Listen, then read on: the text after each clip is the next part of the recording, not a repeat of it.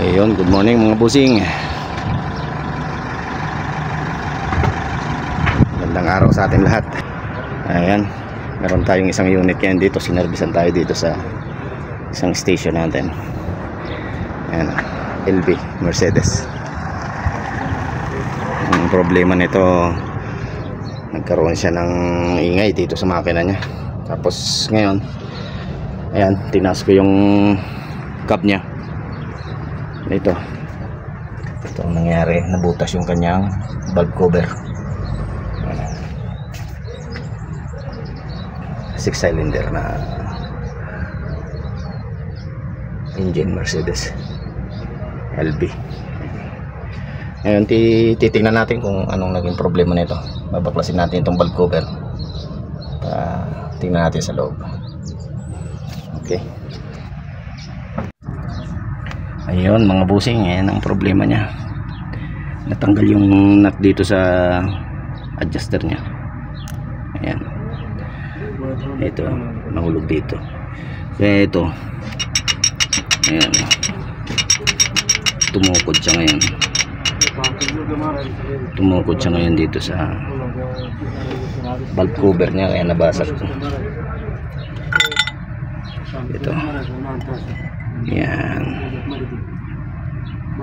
Lumog yung kanyang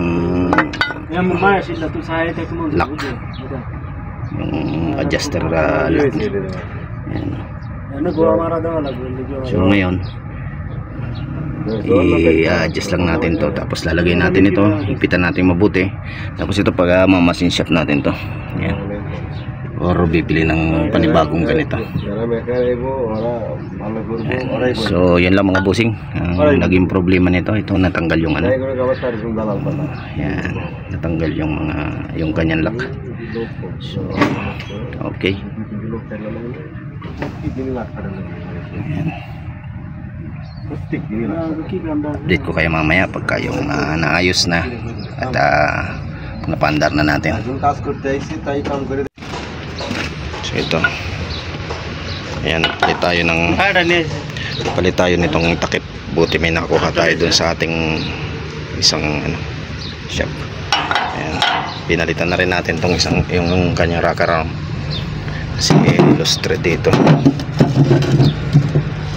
Ayan,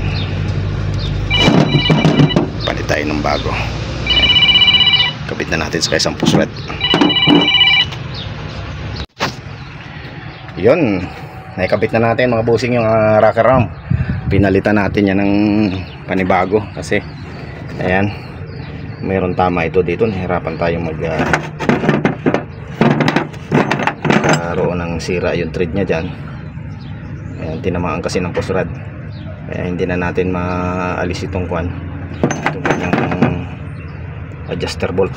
Kaya kumuha na lang tayo ng isang rocker arm dun sa unit natin na nakatambak dun sa garahe. Kaya pinalit natin dito. Saka itong cover nya, ayan, ito bago na, papalit natin yan.